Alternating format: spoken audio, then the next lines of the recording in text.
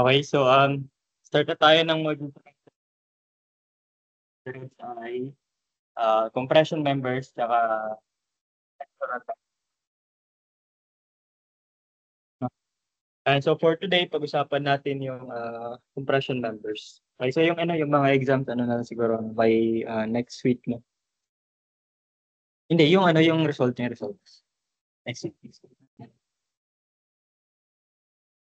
Pwede, kung matapos natin this week, pwede ka na mag-exam next week. Bilis lang to eh. Healing process pa. Sige, syempre alam mo 'di ba yung yung tension members, 'di ba? So last time diniscuss natin yung design of tension members. Sabi natin yun na yung pinakamadaling part, no? And, kasi kasunod niya medyo mahihirap na. Ito parehas lang ganun pa rin pero may advanced na lang na may extra steps lang no unlike yung tension members na last stress area. Na dito may may mga empirical formula na tayo. Okay, so ayan, compression members, define muna natin. Sabi natin, compression members are structural elements that are subjected only to axial compressive forces, no? That is, para masabi natin na actually loaded lang siya, sabi dapat yung loads ay applied sa longitudinal axis. Alam niyo naman yung longitudinal axis, di ba? Yung axis niya napahaba. Okay, through the centroid, nag-a-act sa centroid yung force, no? Ang stress daw kapag ganun yung case ay computed as stress of force over area. Okay, stress is force over area. Okay, this ideal state, sabi, is never achieved. Okay, bakit daw hindi nangyayari to? Sa tunay na buhay, hindi nangyayari yung perfectly actually loaded columns. Okay, bakit? Kasi, halimbawa, meron kang drawing natin dito, no?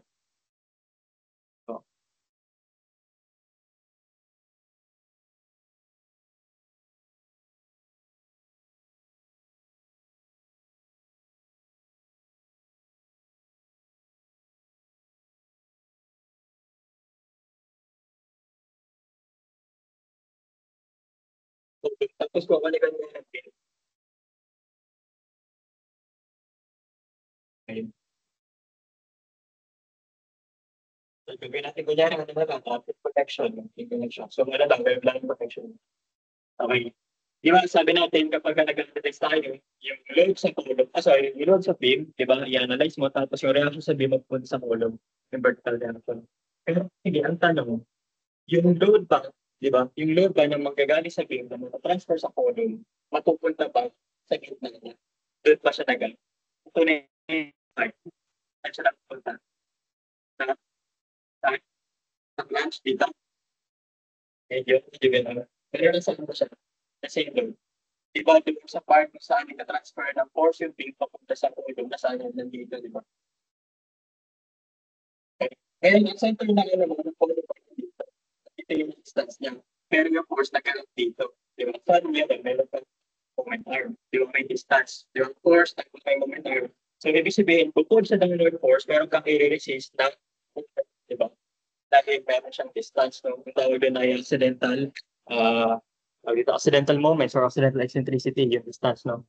Okay, bakit nagkakaroon ng ganun? Kasi, hindi siya perfect eh. Hindi naman siya nakapatong directly doon sa gitna ng column, di ba? Hindi naman tumatagos yan.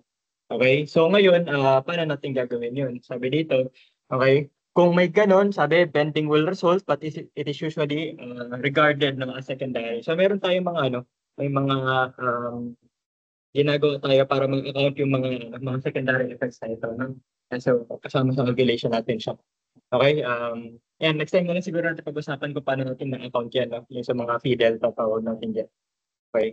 Sorry, hindi pa pala phi delta. Accidental eccentricity pa lang yun. Next time, hindi ko alam kung matatouch natin. Anyway, sabi dito, as we shall see, the AISC specification equations for compression members strength will account for this accidental eccentricity. So, yung natin, mga factors natin doon, so accounted natin doon yung mga ganitong cases.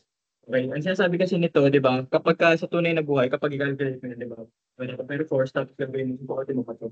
Okay, pero sa practice, kapag nagko-compute ka, makikita mo hindi na natin ginagawa to. Hindi natin ginagawa ng force, tapos moment arm. Lang ganun. Okay, so hindi na natin gino-consider yung accidental moment, no? Ang ginagawa natin, nagdadagdag na tayo ng mga factors to account yung mga ganong bagay. Okay, so the most common type of compression members occurring in buildings and bridges is the column. Alam mo naman yun, di ba? Siyempre, vertical member, compression column. Okay? A vertical member whose primary function is to support vertical loads. No? In many instances, these members are also subjected to bending.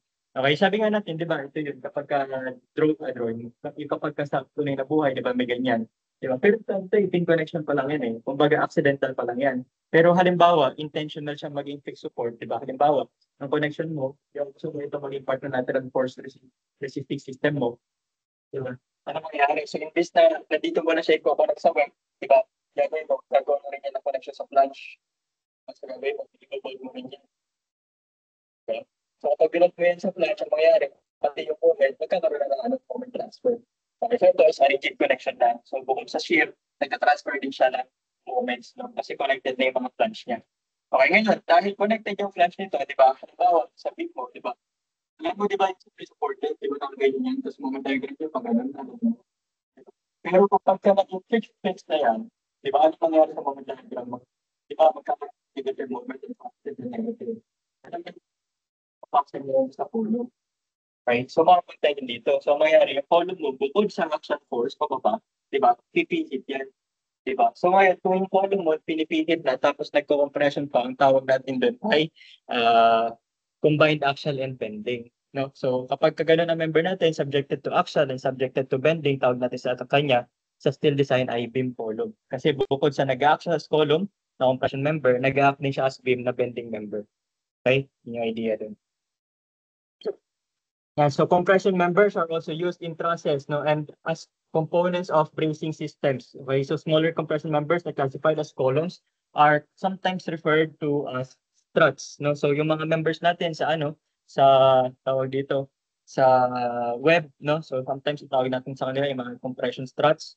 Okay, tapos generally basta mga members na halimbawa na hindi mo intend na mag-akas column. Halimbawa yung mga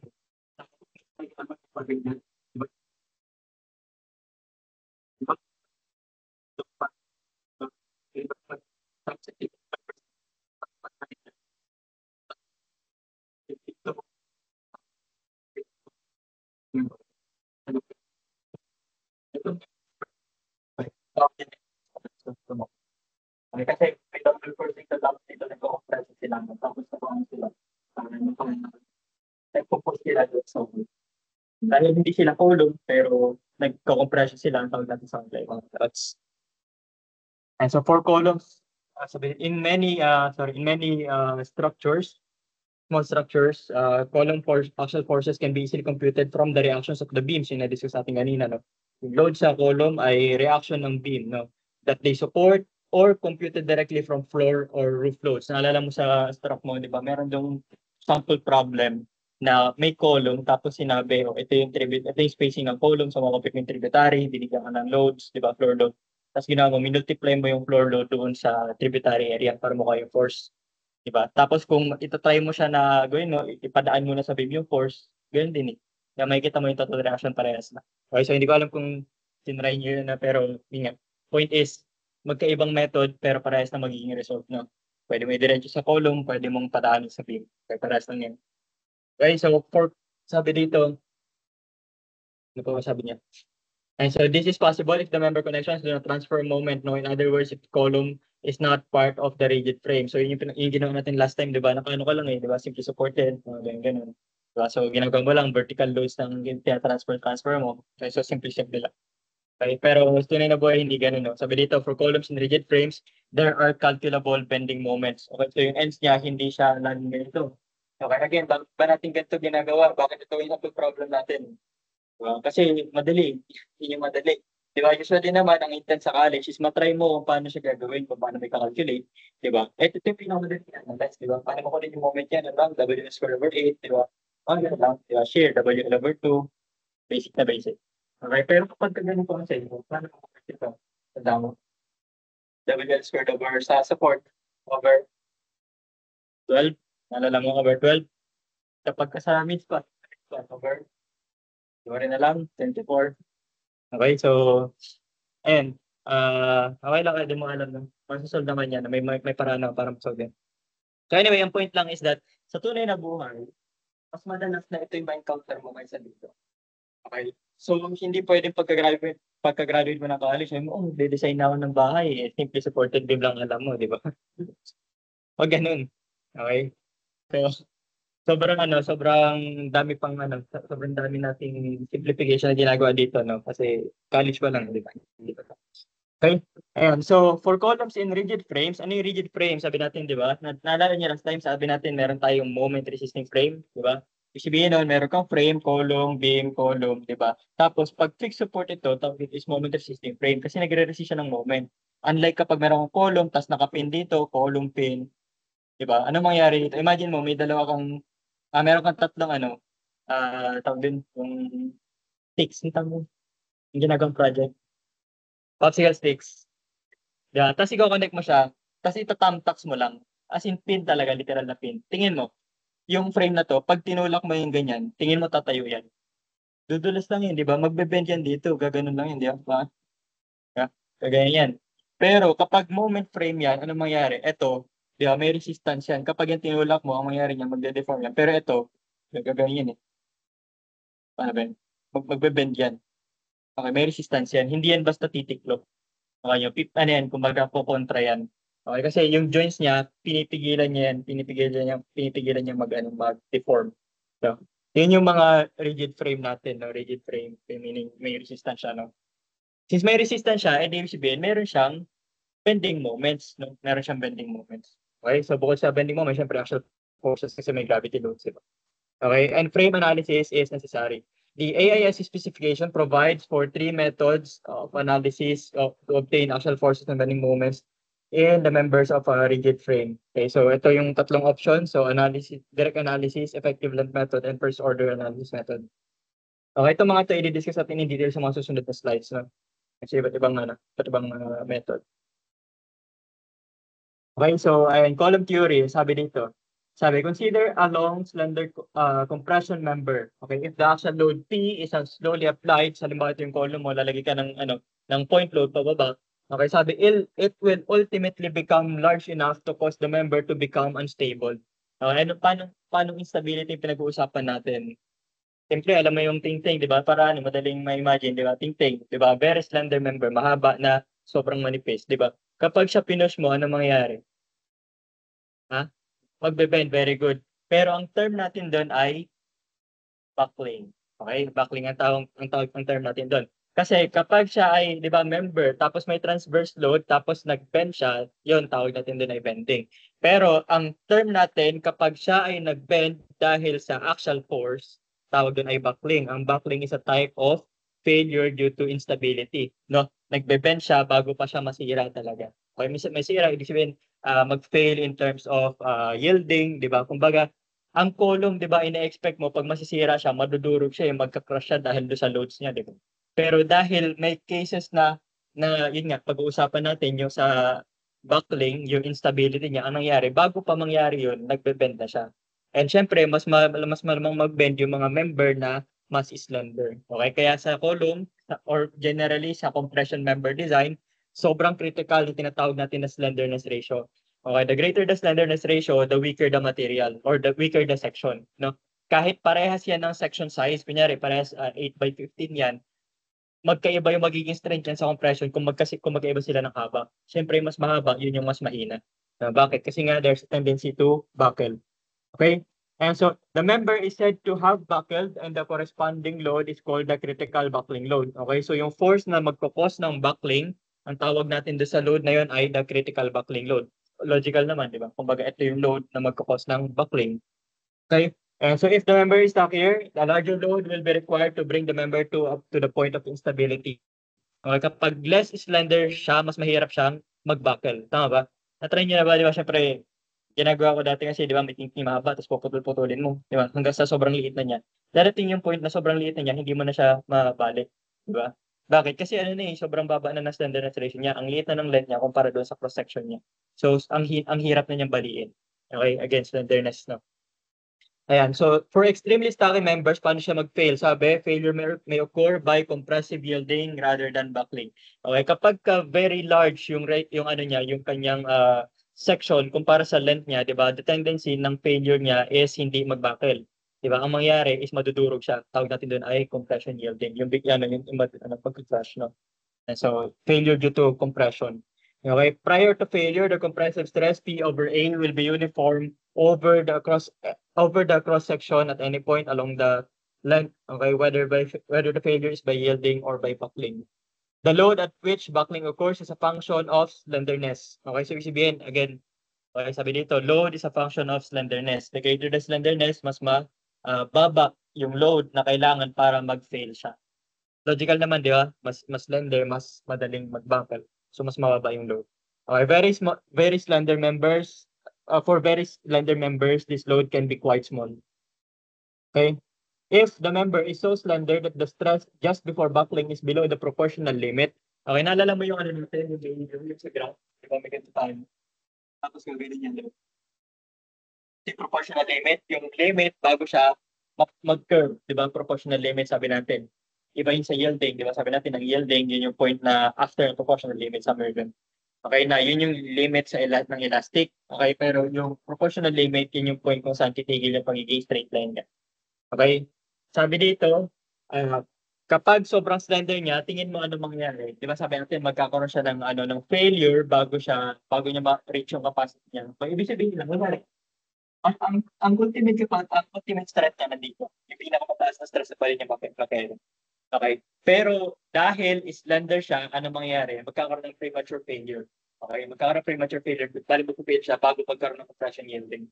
Okay? Kung mag-fail siya bago mag-yielding, summer dito yielding, di ba? Kaya nag-fail siya sa part na ito. Okay? Ito lang yung stress sa mga ligamit niya. Ito, sa part na ito. Okay, nakakuha niyo yung point. Sabi niya dito, okay, yung stress before buckling, is below the proportional limit. Ito yun. So, hindi mo naabot yun. Ibig sabihin, nag-fail ka doon sa region na elastic pa siya. Okay, so ibig sabihin, nag-fail siya by buckling. Hindi niya naabot yung yielding. Nakuha niya. Okay. Ibig sabihin nun, hindi mo nagamit yung capacity niya. Bakit? Kasi nga, slender siya. Okay, paano mo ma-optimize yung section mo, 'di ba? Edi mo siyang gawing slender. Yeah. Di-discuss natin 'yan paano mabawasan yung slenderness niya. Okay? And so the critical buckling load sa case na to na papasok siya doon sa elastic region is sabi dito pi squared EI over L squared, no. Sometimes ang tawag natin dito is the Euler buckling load. The critical buckling load, Euler buckling load, pares lang 'yan. Okay, bakit? Kasi si Euler yung nagsabi niyan. Okay? For the equation to be valid, the member must be, sabi, elastic. Okay, again, itong equation na to ay workable pag dito sa region na ito. Pag lagpas niyan, mamaya pag-usapan natin kung ano mangyayari. No? Okay? Again, ito gagana sa elastic region. Okay? This condition is satisfied by hinges or pins. Okay? This remarkable relationship was first formulated by Swiss mathematician Leonhard Euler and published in 1759. The critical load is sometimes referred to as the Euler load or the Euler buckling load or again, critical buckling load. Okay? Again, ulitin natin, no, itong formula to workable kapag siya ay nandito elastic region, no? Sabi niya dun, elastic region. And sabi dito, workable siya kung ang condition ay hinges or pins. Okay? So, ibig sabihin, yung column mo ay pin sa top, pin sa bottom. Paano kung hindi? Di ba? So, pag-usapan natin mamaya, paano kung hindi? No? Ngayon, kung ano natin to, kung i-manipulate natin to, ayan, so, 3 pi squared EI over L squared. Di ba? Usually kasi, di ba, ang concern mo, di ba, paano mo makuha yung force? Paano makuha yung force? Di ba? Paano natin ginagawa? Tension, stress times area. Okay, paano mo ngayon makuha yung stress na capacity ng column mo? Kasi gagawin mo nun, pagkuha mo yung stress, multiply mo sa area niya, tapos may answer ka na. Ang tanong, paano mo to ngayon ibabalik mo para maging stress? 'Di ba? Sabi mo, ito force na to eh. 'Di ba? Force na to, pi squared EI over L squared. Okay, ngayon saan to nanggaling? Ano yan? May derivation yan, no? Using differential equations, no? Hindi ko na rin alam. Hindi ko na alam, no? So, anyway, alam na lang, ano? Sauluin mo na lang tong part na to. Ayun. Mahirap yan eh. Mahirap siya i-derive, no? May something yan about sa do sa pag-bend ng material natin, no? Okay, so anyway, ay nasa pi squared EI over L squared. Paano mo ngayon gagawin siya? Paano mo siya i-manipulate na ma-account natin yung area? Sabi mo, naalala mo yung, ay, joke lang, di pala. Then, meron tayo sa tension members, naalala mo yung kinuha natin yung L over R. Di ba? Paano mo kanin yung R? Di ba? Sabi mo R, AC square of that, over A. Okay, kung gusto mo kunin yung area, di ba, gawin mo, magiging kasama din yung R square, di ba? R square is I over A. Pag ito yung manipulate ko, ano mangyayari? Yan, pupunta din yung A, di ba mangyayari? I is equal to A, R square. Ayun, yun yung nangyari doon. Makikita mo dito, yung I naging AR squared. So, since ito na yung form niya, sabi mo, P is equal to pi E AR squared over L squared. Yung R squared, pwede mo ilagay sa ilalim, di ba? Kapag ginawa mo sa denominator, anong mangyayari? Magiging denominator siya ng denominator, naalala mo? Okay, binaliktad lang natin, di ba? Kapag algebra, di ba, sabi mo, ito, magiging numerator, di ba? Okay. Ito, ibalik mo, lagay mo sa denominator. Bakit mo nilagay siya sa denominator? Kasi kailangan mo siyang i-relate dito sa L. Kasi itong part na ito, di ba? Yung L over R na yun, yung tinatawag natin na slenderness ratio. Okay, so meron ka ng pi squared EA over the slenderness ratio squared. Kapag dinivide mo siya both sides by A, divide mo yung P by A, magiging stress. Dinivide mo to ng A, tatanggal yung A. Gets? So ngayon, ang lalabas na niyan, ang critical stress natin, kasi ito ay critical load, di ba? Magkaibang load sa stress. Load yung force, stress yung stress. Okay? Force over area. Okay? So, mangyayari, the critical stress is pi squared E over the slenderness ratio squared. Okay? So, nung ako dati, ginagawa ko dyan, no, nung sa ano ko, sa index card ko, no, nung board exam, nakaganto sa akin yan, pi squared E. Ito na lang. Pi squared E over SR. Okay. Parang alam ko, para ma-remind ako na slenderness ratio yun. Kanya-kanyang trip yan, no? Yan kasi gusto ko eh. Kasi parang alam ko na slenderness ratio yun, di ba? So, slenderness ratio squared. So, bala kung gano'n mo. Di ba? Okay, halimbawa, ito, try natin. A W12 by 50 is used as a column to support an actual compressive load of 145 kips. The length is 20 feet. The ends are pinned. Without regard to load or resistance factors, investigate this member for stability. Okay, stable daw ba siya kung ang load ay 145 tapos yun yung section. Okay, para sa W12 by 50, ang R natin is 1.96. Okay, bakit RY? Okay, kasi yung column mo, merong dalawang axis yan. Merong strong, merong weak. Siyempre, saan siya mas malamang mag-bend? Doon sa weak, di ba? So, ibig sabihin lang, halimbawa ito, kunyari, meron ka ditong plate, no? Basic naman to. Saan siya mas madaling mag-bend? Pag ganito, di ba? Along Y or along X? Saan mas madali? Pag ganito, mag-bend or pag ganito? Pa? Pababa? Pataas baba? O pa left right?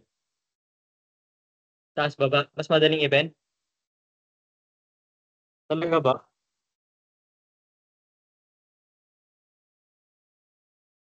Pengi ako ano? Pengi yan, pengi yung papel. Ay, may ruler ba kayo? Ruler? Na flexible? Kaya yan na lang, pengi mo. Paano lang yung next time bibili akong ruler? Meron kasi akong gagawin eh. Maganda kasi yung ruler na flexible na ano, pang demonstrate ng mga ganyan. Tsaka ano, meron kasi sa ano sa flexural members, yung tinatawag natin na ano, lateral torsional buckling. Mahirap kasi siya i-explain pero maganda kapag ma-imagine mo.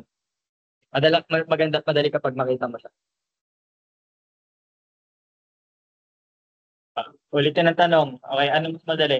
I-bend mo siya pa ganun o i-bend mo siya pa ganito? Kaya ito yung tanong eh, di ba? Pa ganito o pa ganito? Nakikita nyo? Yeah. Ito, nakita mo, nag-resist siya. Oh. Kasi mataas ang moment of inertia niyan, di ba? Di ba? B, H cube, height naka-cube. O ito, B, ang height mo nakaganyan lang, ito lang naka-cube. Di ba? Ang lang difference nun. Nakuha nyo. Yun yung effect ng moment of inertia. Okay, moment of inertia yung nagsasabi kung gaano siyang kadaling event. Okay? Ito. Itin natin. Okay? By the way, ito pala tawag dito is lateral torsional buckling. Ano po mag-uusapan natin ito doon sa ano sa beams? Ito mo, di ba? Hindi siya basta nagpipende, di ba? Anong nangyayari? Nagbabakil siya patagilid, lateral torsional. So, ang nangyayari, nagbe-bend siya, pumipihit, torsion, di ba? Check ko lang. Okay, so pag-usapan natin yun next time. Okay, so again, okay, saan siya magbe-bend? Di ba, halimbawa, ito, tingnan mo, o ito, ipo-push ko, saan siya magbe-bend? Pag ganito, di ba? O pag ganito. Siyempre, push natin. Basic naman. Okay. So, dun siya magbe-bend sa kanyang weak axis. Okay, so ngayon, kung pipili ka ng R, yung radius of gyration, di ba? Anong pipiliin mo? Yung weak or yung strong? Obviously, yung weak. Di ba? Pwede mo naman ding i-try, di ba? Sabi natin, di ba, mas mahina kapag pag mas mataas ang L over R. Kailan magiging mataas ang value nito? Pag malaki yung R or maliit yung R? Pag maliit, di ba? Kasi denominator siya eh. Mas maliit denominator, mas malaki ang total value. Di ba? Kaya, pag binigyan ka ng given, di ba, huwag kang malilito sa kung anong gagamitin mo, di ba? Kasi alam mo na dapat Rmin, di ba? Ang Rmin is yung Ry. Okay? Provided na wala kang support sa mga weak axis. Okay, next time, mamaya pag-uusapan natin, no? Kasi may tricky-tricky dyan, no? Babago yung slenderness ratio kapag nag-support ka na. Okay, pero provided na wala, automatic RY. Kuha nyo? Automatic RY. Okay, paano mo malaman kung stable siya? So, computein mo yung critical buckling load, yung PCR, pi squared EI over L, pi squared EA pala, over the slenderness ratio squared. Pwede rin gawin mo, nakaano ka, pi squared EI over L squared, no? Parehas lang yun. Ngayon nga lang dito kasi, wala ka kasing I, di ba? So, gantong form yung ginamit natin. Pero pwede mo rin i-solve yung I, di ba? Meron ka ditong I. Bapak-solve mo na lang. Okay, tapos kung may I ka na, plug in mo doon. Pwede rin yun, pi squared EI over L squared. Okay, same lang yan. Same lang lalabas doon kung i-try mo. Okay, pero ito na yung nakalagay. Susundan na lang natin. May makuha kang value ng PCR. Ang value ng PCR mo is 278. Yun yung critical load. Yun yung limit mo bago siya mag-buckle. Ang load mo is 145. Okay ba siya or hindi? Okay, di ba? Kasi mababa eh. Mababa yung load mo kaysa doon sa critical load mo. Di ba? So stable siya. Okay, hindi siya mag-buckle. Okay, itong part na to, yung factor of safety, ano na lang yan, extra notes na lang yan. Hindi mo na kaya pakita yan. Okay, pero sinasabi niya lang dito is that yung capacity mo is ano pa, malaki pa, no? Kumbaga, ano pa, doble pa yung yung capacity mo ay doble ng load, no? Yung sinasabi niya. Halos doble na, 1.92. Okay, so column theory. Sabi natin, ito na lang mo, sabi, gumagana daw yung formula pi squared EI over L squared kapag nandito ka sa partido. Okay, sabi doon.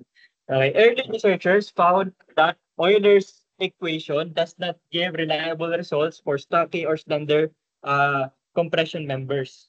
Bakit? Kasi kung siya ay hindi slender, anong mangyari? Ang tendency is malagpasan niya to. Di ba? Hindi siya magpipinding to. Lalagpasan niya to. Ngayon, pag nalagpasan niya dito, di ba, yung E nandito yan. Yung E is the ratio, di ba? Nalala mo? Hooke's law, di ba? Ratio siya ng stress over strain. Nalala mo? Stress over strain. Na dito, constant siya. Nalala mo? Constant yan eh. Kaya nga isang graph lang yan, di ba? Isang straight line lang yan. Pero pag nalagpasan niya yung proportional limit, pag nalagpasan niya yung yielding, ano mangyayari? Hindi na siya straight. Di ba? Nagka-curve na siya. Okay, yun yung problema nila dito. Hindi mo na ngayon pwede gamitin, no, basta-basta, yung pi squared E, no, yung pi squared EI over L squared, no, kapag ka lagpas na siya doon. Okay? Or rather, kapag ka hindi siya slender. Okay? And so, the reason, sabi, is that small slenderness ratio for this member causes, of this type causes a large buckling stress. Okay? If the stress at which buckling occurs is greater than the proportional limit, okay, ibig sabihin, yung bago siya mag-buckle, lalagpas muna ng proportional limit. So, mangyari, hindi na proportional. Di ba? Yung ibig sabihin nun. Sa proportional limit, sabi, kung yung stress na kailangan mo para siya mag-buckle ay lagpas sa proportional limit, ibig sabihin, lalagpasan niya muna yun. Madadaanan niya yung hindi proportional, tsaka siya magbabuckle. Nakuha niyo? Okay, so mas mataas kasi capacity niya kasi nga hindi siya slender. Okay, sabi dito, the relationship between the stress and strain is not linear. Sabi nga natin ito, di ba? Straight, tapos hindi na straight. Okay? Hindi na straight. Okay, kung gano'n, ibig sabihin, yung E, hindi mo na rin pwedeng gamitin. Okay? Yung E, dito lang yan eh. Di ba? Kapag nandito na, syempre, hindi na pwede. Di ba? Iba na yun eh. Nagbabago na. So ano na, gamit natin ET. Okay, ibig sabihin yan, E tangential. Kasi at every point nito, nagbabago yung value ng E. Okay? Kita mo naman, di ba? Sabi natin E yung slope. Di ba? Sa curve, di ba, nalala mo sa ano mo, calculus mo, at every point yan, iba-iba ang slope niyan, di ba? Nagbabago yan, no? And yung slope is given by the tangent nung tangent line sa curve na yun. Okay.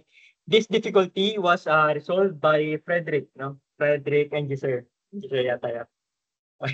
Hindi ko alam eh. French kasi siya eh. right, or something. Anyway, sabi niya siya ay nag-propose ng paggamit ng variable tangent modulus, yung ET. Okay? Modulus na tangent. Here. Okay, for a material with stress strain curve like the one shown, E is at a constant for stresses greater than the proportional limit. Yun nga, kasi nga, hindi na to, hindi na diretso slope to, di ba? Nagka-curve na siya. Hindi, bago na yun. Okay, so sabi dito, the tangent modulus, ET is defined as the slope of the tangent, okay, slope of the tangent to the stress strain curve for values between FPL and FY.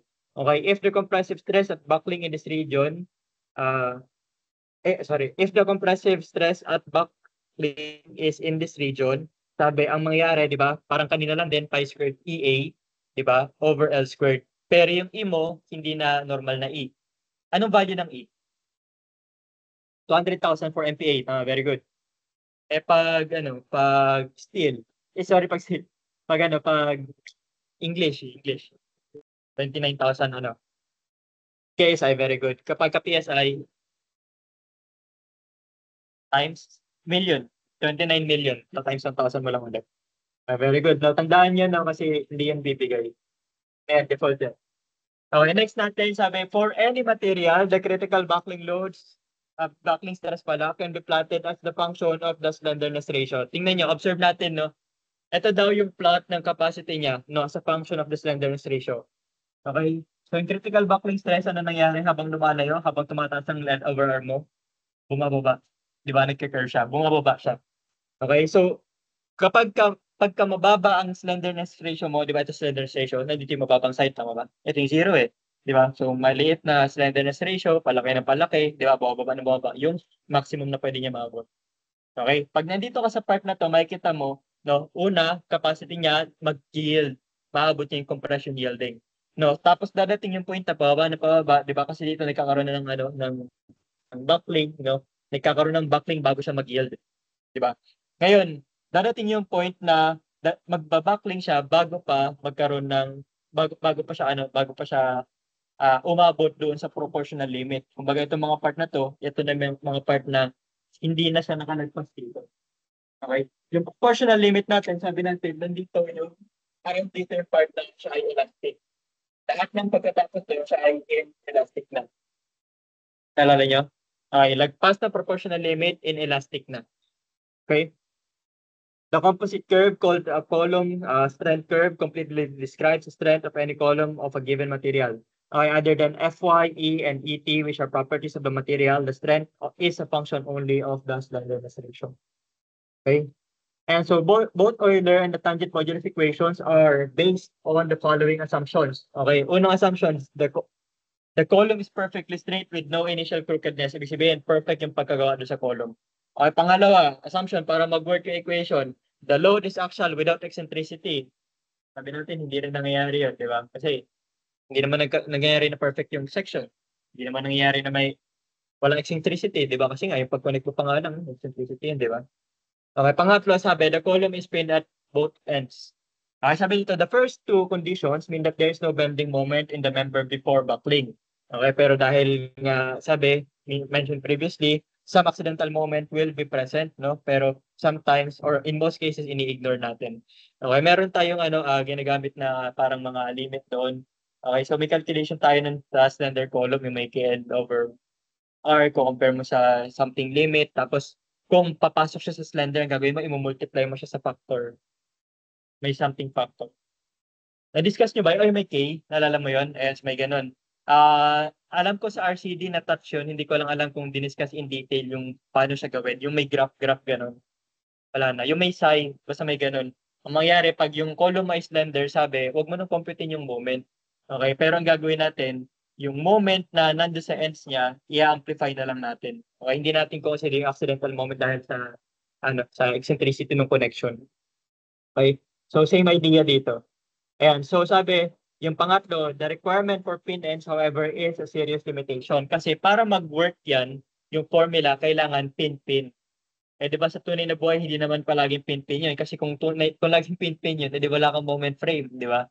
So, ang mangyayari, magkakaroon ka ng mga adjustments sa calculation. Sabi dito, Okay, una, bukod sa mahirap gawin yung pin-pin na detail, kahit gawin mo siyang pin, hindi pa rin pwede, hindi pa rin niya magagawa perfectly yung assumption. Bakit? Kasi yung pin, di ba, pag ilagay mo, may friction. Tama ba? Di ba, lahat naman ng bagay na magka-contact may friction. So, kung meron siyang friction, di ba, so ibig sabihin, hindi niya perfect na magagawa itong pin na assumption. Alam niyo ba yung pin assumption? Di ba, pagka nagsasummation ka ng moment sa pin, walang moment resistance ang pin. Pero sa tunay na buhay, meron yun na konti. Di ba? Bakit? Kasi merong friction. Di ba? May friction. Yan. So, ibig sabihin, hindi wala tayong nasunod dito sa mga to, di ba? Walang nasunod. Okay? So ngayon, paano mo ngayon i-consider yan, di ba? Paano mo itatama yung mga assumptions? Okay? Effective length na. Sabi, hindi mag-work yung laging pin-pin. So, paano mo siya gagawin? Sabi dito, meron tayong mga modifiers na gagawin. No? Meron tayong mga modifiers. Okay, halimbawa, paano kapag gawin mo siyang fix-fix, di ba? Anong mangyayari? Anong magbabago sa slenderness? Ano mo? Ratio, factor mo. Familiar dito? Okay, very good, no? So, sasauluhin niyo to, no? Sasauluhin niyo to. Okay, mga condition. Ano lang yan? Madali lang yan. Kung ano pa yan. Kasi, paano lang yung explanation kasi yan. Tsaka may kwento yan. Okay? Paano mo ma-identify? Okay, halimbawa ito, fix-fix, no? Fix-fix. Saan galing yung 0.5? Ang kwento kasi niyan, di ba? Ang binibilang natin diyan yung curvature, yung gano'ng kahaba yung isang bending curvature relative to the total length. Okay, ang sinasabi niya, ito, di ba, fixed, so ang initial angle niya ay 0. Di ba? Initial angle niya ay 0. Tapos after niyan magbe-bend na siya, di ba? Tapos yan, bending dito, tapos dito, nakita mo, straight line din yan, perpendicular siya doon sa fixed connection. Okay, perpendicular, then tsaka siya magbe-bend. Okay, ang mangyayari niyan, ito, magka-curve siya pa ganun, tapos magkakaroon dito ng point of inflection. Tapos babaliktad yung curve, tapos point of inflection, babaliktad yung curve. Mahirap intindihin dito yung pagbaliktad ng curve, eh, no? Pero siguro, mas maganda. Okay. Point of inflection, diba? Kasi ito tuloy-tuloy ng tres, itsura niya. Dito sa kabila, paano yan? Di ba gaganyan yan? Kung hindi siya magpa-point of inflection, gaganyan yan. Di ba? Pero hindi nangyari. Ang nangyari, nagbago siya ng bending. Di ba? Yung isusukat mo is saan siya nagbago ng bending. Okay, at this point and at this point. Kung isusukat mo yung distance na to, tapos i-ratio mo siya doon sa total length, 0.5 daw yun. Yun yung sasabi nito. Okay? Ito, halimbawa, 10 meters ito. Itong part na ito, yung part na nagbe-bend sa isang direction ay 5 meters. Half nung total. Kung fixed space ang connection. Okay, what if fixed pin? Fixed pin, ano daw ang ratio niya? 0.7. Mag-i-start dito, mag-i-end dito sa dulo. Ito ay 70% ng total length. Nakuha? Ito ay 70% ng total length. Yun yung sinasabi niya. Okay, syempre, yung pin-pin, nag-start ka dito, nag-end ka dito, makita mo naman, di ba, isang bending lang, di ba? So, yung total length, yun yung total na nagbe-bend. Logical naman yun. Ngayon ang tanong, anong nangyari dito sa tatlo? Okay? Paano nangyari ang part na yan? Kasi makita mo dito, nagkakaroon ng translation. Okay? Para yan, para ma-consider mo yan, ang sabi dito, ito, i-mirror mo daw pataas. Okay? So, imagine mo ganyan. Di ba, naka-fix to? So, ganyan din. Okay? Andito yung point of inflection, tapos andito yung point of inflection. Okay? Ito ay mangyayari sa gitna. Okay? Dito yan, tapos magka-curve. Yan. Ito yung isang curve. Ito yung isa pang curve. Ito pa isang curve. Okay, ano yung pinakamahabang curve sa tatlo? 1, 2, 3. Yung pangatlo, yung gitna. Tama? Yung gitna.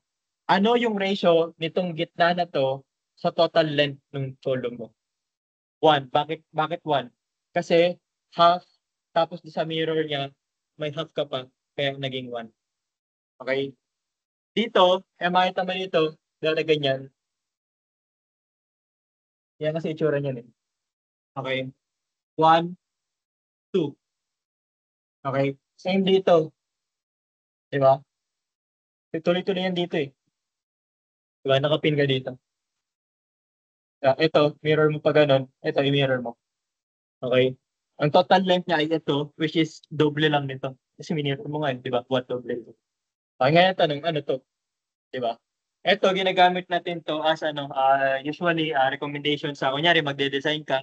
So, additional factor of safety yan. So, instead na gamitin mo yung theoretical, which is ito, ang ginagawa natin for additional factor of safety na at least yung explanation sa akin, okay, ito yung ginagamit natin para halimbawa, ang talagang kunyari ito 10. Ang talagang bending length niya, yung ano niya, yung part na magkakaroon ng bending is 50% lang, so 5 meters lang. Pero dahil 0.65 yung recommendation sa design, ang i-assume mo ay 6.5 yung bending. Kahit hindi naman talaga 6.5. Kumbaga yun nga, additional factor of safety. Na parang ina-overestimate natin yung part ng bend. In-overestimate natin yung part ng bend, ano yung sabihin? Magiging mas malaki yung assumption, di ba? Mas malaki assumption, mas maliit na load. Mas maliit na load assumption, mas safe, di ba? Kumbaga may reduction factor. Okay? Yun yung idea doon. Okay? Bakit nga ulit ito? Bakit may K dito? Kasi sabi natin, di ba, ang assumption para mag-work tong formula to ay pin-pin. Di ba? Eh, paano kung hindi pin-pin? Kailangan mong may ma-manipulate. Tingnan mo, kung pin siya, anong mangyayari dito? 1. Di ba, yun yung original formula natin? Di ba? L over R squared. Gets mo siya sabi ko? Gets ba? Sundan. O, di ba? Ito yung formula natin. Balikan natin. Ayun, di ba? Yung original, balikan natin. 10, di ba? Ayun, walang K. Kasi assumption dito, 1. Di ba? Ayun, pin. Pero sabi natin, yun nga, what if hindi pin? So, ang mayari, magbabago lang to. Doon mo i-account yun, no? Yung doon sa pay. Okay. Para mag-work pa rin yung formula natin. Kung manipulate natin. Okay, ngayon, so the basic requirements for compression members are covered in Chapter E of the AISC specification. The nominal compressive strength is, okay, parang ano lang, parang sa tension, di ba? Stress times area. Okay? Simple lang. Ngayon, ang ano nito, katulad siya ng fracture, naka 0.9.6. Okay, so parang ano lang, parang tensile fracture. Okay, sabi dito, to present AISC expressions for the critical stress FCR, we first define the Euler load as, ito yung formula natin kanina, okay, parang critical buckling load lang, pero sabi natin, dahil sa design, di ba, pag ginagawa natin yung steel design natin, hindi naman palaging pin-pin. So, mangyari, manipulated to. Meron kang K dito, instead na dating L over R lang. Maging K L over R siya. Okay, so Euler stress, dinerive natin kanina, ito na rin, pi squared E over the slenderness ratio squared, pero slenderness ratio may K kasi nga, hindi siya laging pin-pin. Okay, with slight modification, sabi, this expression will be used for the critical stress in the elastic range. No? To obtain the critical stress for elastic columns, the Euler stress is reduced. Bakit daw? Sabi, to account for initial crookedness. Sabi, dapat magamit mo sana itong buong FE. Paano makompute mong Euler buckling stress? Yun na sana. Pero sabi natin, di ba, yung pagka-manufacture sa kanya, hindi naman laging perfect. Di ba? Siyempre, may mga chipping, di ba? May konting chip. Hindi perfect ang pagkakagawa eh. No? Yung ano niya, yung thickness, mga ganyan, di ba? Kahit na sabihin, di ba, may ano, yung konting bending, ganun. Di ba? Kumbaga, hindi siya perfectly straight na member. Okay? Hindi natin, wala nang magagawa doon. No? Hindi natin siya, wala na remedyo yun. Okay, so ano sabi na lang, o sige, ganito na lang, babaan na lang natin. Instead na gamitin natin yung 100%, ano na lang, 0.877. Okay, so nagaling yung 0.877, hindi ko rin sure. Okay, so sabi nila, so sundan na lang natin. Ito yung recommendation ng code. Okay? Yan yung mga part na walang remedyo dito eh. Naka nyo, walang remedyo dyan. Yan ay mga ano, kumbaga, yan yung napag-decide nila na, oh, ito yung safe value na assumption natin. No? Para ma-account to. Kung babawasan natin, tapos yung nag-agree sila, oh, pwede nito. Parang ganas. No? So, syempre, ano naman yan, hindi yan hinulaan, no? Kumbaga, back by studies, no? Or, syempre, iba-iba ng pinanggalingan yung mga yan. Okay? Pero point is, wala yung derivation. Okay? So, kung wala siyang derivation, given siya ng code, walang derivation sa uluhin.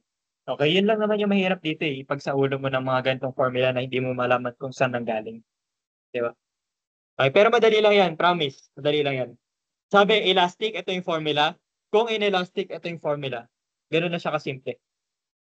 Simpleng-simple. Paano mo gagawin? Okay. Sabi dito, parang ngayon malaman mo kung elastic or inelastic, kailangan malaman nasaan ba yung point na mag-change siya from elastic to inelastic. Pag-equatein mo daw ito. Okay, pag pinag-equate mo yan, okay, tapos i-backsolve mo, papalabasin mo yung value ng KL over R, makikita mo that the value of KL over R is 4.71 square root of E over Fy. Ito yan, pinag-equate lang dito. Diba, yung Fe, ano ba yung Fe, yung pi squared E something? Ito to. Time mo, ito, i-plug in mo dito. Tapos, i-simplify mo. Lalabas to. Lalabas to. Sa Keylogger niya. Try mo na lang no, kung gusto mo sa bahay. Basta lalabas to. Ngayon, ito, sinasabi niya, ito yung limit kung saan mag-change siya from elastic to inelastic. So, sa curve natin, makita mo dito, di ba sabi natin, inelastic, tapos limit, tapos elastic curve. Ito nga nagbabago yung curvature niya. Dito, itong graph na ito ng strength ay given by this function. Okay, 0.658 raised to Fy over Fe times Fy. Okay, dito naman sa baba, 0.877 Fe. Diba? Okay, so summarize. Okay, so sa dami yung sinabi ko, ganito lang siyang kadali. No? Ito lang basically yung point. Paano mo gagawin? Una, kunin mo yung slenderness ratio. Pag nakuha mo yung slenderness ratio, i-compare mo siya dito sa limit. Pag siya ay mas mababa doon sa limit, ibig sabihin, hindi siya masyadong slender. So, hindi siya masyadong slender, malalagpasan niya yung proportional limit. Kung malagpasan niya yung proportional limit, inelastic siya. Nakuha niyo yung logic? Okay, hindi slender eh. So hindi siya magfa-fail agad. Walang premature failure. Lalagpasan niya yung mga yung mga limits natin. Okay, which is yun nga, proportional limit, pupunta siya sa elastic stage, di ba? Makakakuha siya ng mas malaking capacity, inelastic. Kapag siya naman ay mas malaki sa limit, ano ibig sabihin? Slender siya, di ba? Mataas yung slenderness niya. So anong tendency? Ang tendency is hindi niya maabot yung proportional limit. Pag hindi niya napaabot yung proportional limit, ano mangyayari? Nandito na sa part na to. Anong tawag sa part na to? Sa region na to? Elastic. Ito yun. Okay, yun yung formula. So basically, kunin mo yung slenderness ratio, compare. Pag alam mo kung saan siya papasok, alam mo kung anong formula gagamitin. Yun lang yun eh. Alamin mo kung saan siya papasok na condition, gamitin mo yung formula na dapat para sa condition na yun. Ganun lang siya. Okay. Ngayon, bukod doon, last na to, sabi dito, AISC does not require an upper limit on the slenderness ratio. Okay, pero sabi, ang recommendation is 200. Bakit? Bakit tayo may limit? Okay, kasi sinasabi, okay, kapag yung slenderness ratio mo is mas malaki sa 200, sobrang slender na niya. Ano mangyayari pag sobrang slender? Yung material mo, sayang. Okay, bakit? Kasi yung section mo, imbis na magamit mo siya to the point na mag-yield siya, ang mangyayari, konting load lang, magbabakal na siya dahil sa instability. So, dahil nga, slender nga siya, di ba? So, ang mangyayari, hindi mo, konting ganun lang, di ba? Hindi na siya magre-resist ng compression, magano siya, magbebend na siya, di ba? Bakal ang tawag natin doon. Bending due to compression loads. Okay, so try natin to. No? Ano lang tayo, tatlong sample problem lang ito to. Kasi yung design, i-skipan na natin. Hindi natin sasama sa coverage yung design of steel members. No? Ipapasok natin yun sa sa elective mo, no? Yung CE163-3. Okay, for this 136, CE136, ang focus natin is yung analysis. Okay, analysis dito, then sa CE163-3 mo, doon yun na i-cover yung design procedure. Okay, dati kasi walang ganun eh. Wala namang ganun dati, yung CE163-3. So, itong part na nandito, yung part na, ito to, hindi pala yan. Dati ba, dati ba kinover nyo pa to? Ito to? Kinover nyo pa to? Yung may iteration nyo, ulit-ulitin mo. Ginawa nyo? Wag na lang, wag na lang. Wag na to, wag na to. Okay, so yun nga. Hindi na to kasali. Saan ito i-cover sa elective? Ilipat natin sa elective. Kasi ang design of design of steel structures. So ang nangyayari kasi ngayon, nagtuturo kasi ako ngayon eh. So ang nangyayari, di ba? So design of steel structures pero nag-design ka na dito. So nangyayari, naging redundant siya. So ayun.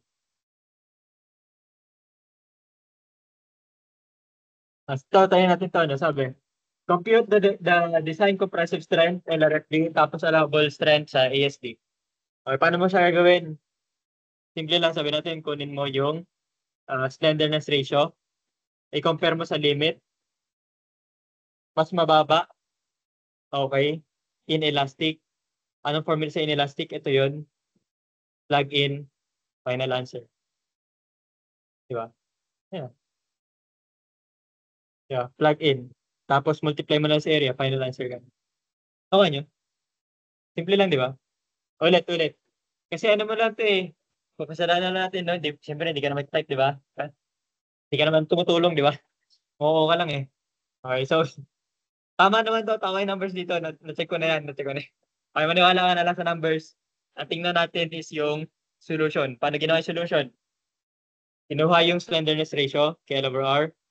Check niya muna. Siyempre, kung less than 200, kailangan less than 200 para maging okay, di ba? Sabi kasi, i-check mo daw.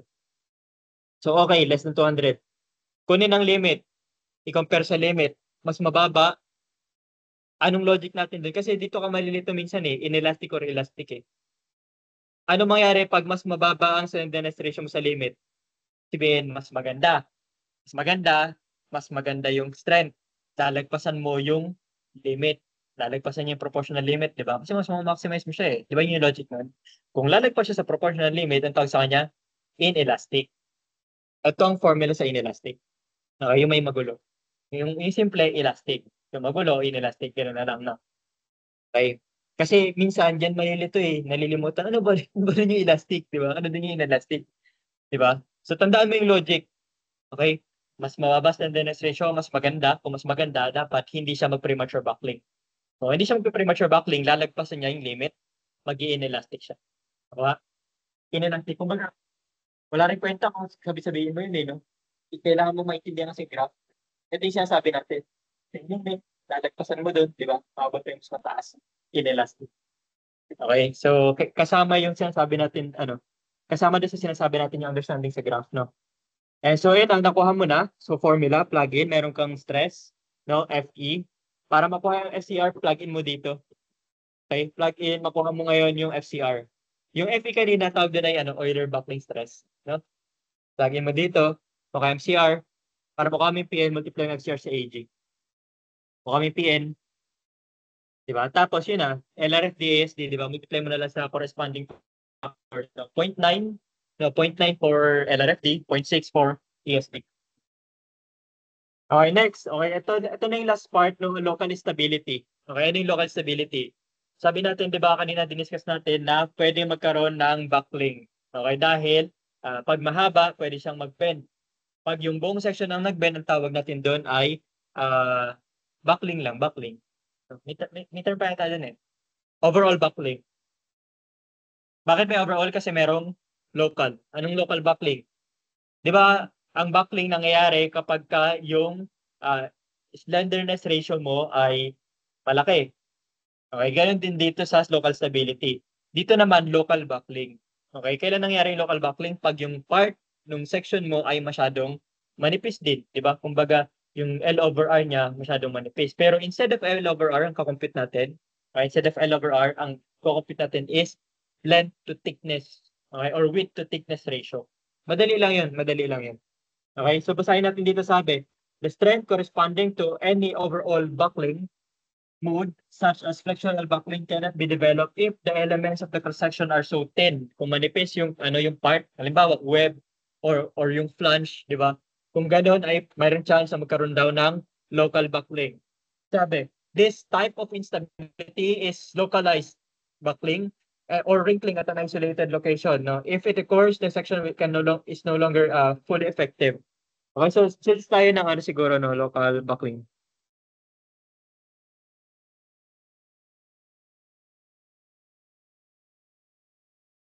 So ito yung itsura ng local buckling na nag-warp, parang nag-warp yung ano niya, no, yung mga parts niya.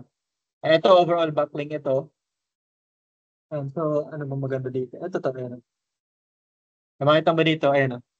Nagkaroon ng bending yung parte niya lang. Syempre, nagbenda rin yung buo kasi nag-fail na siya. Pero ito yung itsura ng local buckling na pwedeng yung flange lang or pwedeng yung web lang. No? So, nangyayari yan kapag ka masyado siyang, generally, manipis yung term natin, no, relative sa ano niya, sa haba niya. Okay? So, yan yung sample ng ano natin sa beam. Check tayo dito ng ano. Ito, beam din, ayun, makita mo dito, ayun. Nag-buckling siya dito. Hanap tayo ng column. May column. Nagpipicture yung dating sa column eh. Hindi na siya lumalabas. Dati mahirap. Dati madali ano yun. Ito to, ayun, no? Pagkita yun. Okay, local buckling. Okay. And so ngayon, paano natin malalaman kung may local buckling? Compute daw natin yung slenderness something ng ano ng parts niya. Okay, sabi, um, The measure of this susceptibility is the, di ba sabi natin, yung ay length, no? Length over the radius of gyration, tawag natin doon na yan, no? Slenderness ratio. Dito naman sa local buckling width to thickness ratio. Okay? And so, width to thickness ratio of each cross-sectional element, no? So, may two elements daw, sabi, unstiffened tsaka stiffened. Okay, so may pag-usapan natin yan, no? And so, for compression members, the shapes are classified as slender or non-slender. Okay, if the shape is slender, the strength limit state is local buckling, no? Kung slender siya, magkakaroon ng local buckling. Siyempre, kung hindi siya slender, walang local buckling. Okay. And sabi, unstiffened, yung mga supported at one edge lang. Kapag ka-stiffened naman, both edges supported. Then papasok yun. Ito sample natin, focus tayo dito sa wide flange. No? Usually ito lang naman yung lumalabas. Pakita mo dito, may mga part siya, yung flange, syempre, tsaka yung web. Okay? Yung flange mo, hindi naman ito yung buong magbe-bend, di ba? Hindi naman yan as one magbe-bend. Ang magbe-bend yan, yung parte niya lang. Kung magbabuckle yan, kung maglo-local buckling yan, ito lang. Di ba? Ito lang, ito. Basically, isa lang sila sa mga yan. Okay, kaya pag kinukompute natin yung width to thickness ratio, hindi natin ginagawa yung buong width to thickness. Yung part lang na to. Di ba? Ito yung tinatawag natin unstiffened kasi makikita mo dito, itong isang side na to lang yung connected doon sa buong section. Ano yung part na tinatawag natin na stiffened? Okay, yung stiffened, ito yun. Ito mo dito, both ends niya connected. No? And so both ends connected. So yung web mo ay, ayun. And sabi, yung web, hindi kasama sa count natin yung part na nag-intersection sa flange. Kaya pag kinuha mo yung width to thickness ratio, hindi gagamitin yung D. Hindi gagamitin yung depth. Ang gagamitin mo ay yung H. Okay, mamaya papakita natin kung paano kinukompute yung H, no? And so, itong mga limits na to, okay, so sa uluhin yan kasi, again, empirical formula yan. Wala tayong magagawa dyan. Yan yung nakaset sa code. So, dyan natin siya i-compare. Okay? If lambda is greater than the specific limit, specified limit pala, lambda r, the shape is slender. Okay? And for I shape, sabi, the projecting flange, ay sabi natin, tawag sa kanya ay unstiffened kasi nga isang part lang ay yung connected. Di ba? Ito lang. Ito yun, projecting flange, ito lang yung connected. Okay, sabi dito naman, sabi yung ano daw, yung web ay stiffened kasi connected siya sa both roots, no? Doon sa dalawang ends. Okay, ito yung formula natin, no? Width to thickness, compare sa limits.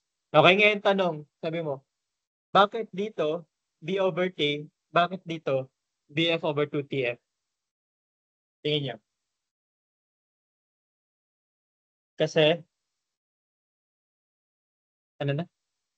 Dalawang flange. One flange, second flange. Medyo, pero mali yung idea. Pero tama yung something sa dalawa. May something sa dalawa. Kaya may over to dyan eh. Pero ano yung tamang logic? Sige, konti na lang, malapit na doon. Okay, ito. Very good. Yung BF kasi sa formula tuloy sa table, ito yung BF eh. Ang kailangan mo ito. Ito yung B na nandun, no? Kalahati niya lang. So yung B, imbis sa B over T, magiging BF over 2 siya. Siyempre, yung thickness ng flange, hindi naman po bago yun, di ba? Kaya nangyari, naging BF over 2TF. Ayun siya nanggaling. Kasi ito lang kasi kinukonsider niya, no? Half lang ng total width ng flange. Gets? Okay. So yung yung H over TW, wala namang ano dyan, wala namang special. Okay, sample problem 2. Okay, sabi dito, column 20 feet pin ends. Okay, investigate for local stability. So, paano magagawin yun? So, local stability lang. Simple lang. Ayun lang. Okay. Plug in. Answer. Di ba? Ano siya eh? Di ba? BF over 2TF, kunin mo lang. I-compare mo lang doon siya sa limit. Pag mas mababa siya sa limit, okay siya dito sa flange. Ganyan din sa web. Di ba? Ratio, compare sa limit, mas mababa, okay. Di ba? Okay parehas, hindi slender. Diba? Ayan, sige. Ngayon, ang tanong na lang siguro, na-discuss natin yung BF over 2TF eh. Saan galing to? Okay? Saan galing yung D minus 2K? Kung titingnan mo sa figure, at least yung sabi natin, di ba? Ang i-measure mo ito, okay? Hindi po. Ang binigay sa'yo is yung depth, wala yung H eh. Ito yung D. Okay, 14.2. Ngayon, para makuha mo ito, ang gagawin mo, ibabawas natin to. Ano yan? Yun yung K. Okay, kaya nangyari, para makuha mo yung H, which is itong part na to, okay, D minus 2K, kasi taas baba yan. Okay, yun yung logic nun. Kaya may ganyan ka. Okay? Simple lang ba? Mukha lang magulo kasi ang daming square root, 'di ba? Ang daming gulo-gulo. Pero kung intindihin mo, sobrang simple niya lang. Kailangan lang alam mo kung paano kunin 'to. Kailangan lang alam mo yung limit, iko-compare mo lang, tapos gano'n lang siya. Okay? Oo, properties and ano. Given yun, hindi wala nang magagawa dun. Hindi mo maso-solve yan. Ano yun, standard property yan. Okay, local stability. Ngayon, 5 minutes tapusin natin 'to na para next time ano na tayo, section na. Mabilis lang kasi 'to, konti na lang. Tapos sasabi niya lang, what if yung section niya may local instability. Sabi, pwede daw bang gamitin kung magkakaroon ng local backlink, pwede daw ba gamitin? Yes, pwede gamitin, pero, okay, meron siyang reduction kasi nga hindi mo magagamit yung total strength niya, hindi mo makukuha yung total strength niya kasi nga magkakaroon ng premature backlink. Yung part pa lang niya mag-fail na kasi kung nag-fail yung part niya, fail na rin siya sa whole, 'di ba? So kung makita mo dito, 'di ba ito pa rin yung formula nun? Pero makita mo may Q na dito, may Q, yun lang nagbago. Ngayon dito nakalagay diyan, nakalagay oh, sabi simply basahin mo na lang 'to 'no. Pero sabi dito, in short, sabi simply avoid. Okay, kasi mahirap siyang gawin. So yun yung suggestion. Okay, pero kung gusto mo siyang gamitin talaga, kunyari matigas ulo mo, 'di ba? Ayaw mo talagang gusto ko slender. Yeah. Kung ganun trip mo, 'di ba? Kailangan mo na i-consider yung Q. May calculation na sa Q, tapos i-multiply mo na sa FY, tapos yun na yun. Ang problema, ang hirap ng calculation nun. Kaya hindi natin to sinama. Okay? Kaya ang mangyari ngayon, alam mo lang na may ganun. Okay? Malay mo, 'di ba? Itanong na naman sa'yo, pwede bang gamitin yung slender? Yes, pwede, 'di ba? Pwede. Huwag mo lang gamitin. Ayaw lang natin. Hindi natin prefer, pero pwede. Okay? Pwede, iiwasan mo lang. No? Kasi hassle. Nakakanya idea. Pero pwede, may solution doon. Okay? Pwede, ayaw mo lang. No? Nagigets ba? Ayaw natin. Mahirap. Okay? Hindi na yata abot. Sige, ano, at least next meeting madidiscuss natin na ano naman. Ayos ba yung discussion natin? Basic lang naman, di ba? So ano lang, formula. Ngayon, next meeting, sabi natin, di ba? Magfe-fail siya lagi sa weak axis. So kung magfe-fail siya sa weak axis, anong gagawin mo sa weak axis? Papalakasin mo, 'di ba? Para lumakas yung column, 'di ba? Paano siya lalakas? Sabi, dependent siya sa slenderness ratio. Eh di babaan mo yung slenderness ratio. Paano mo ngayon papababain? Eh di lalagyan mo siya ng support. Okay. Next time pag-usapan natin paano yung consideration kapag may mga support na. Ano yung magbabagong solution natin na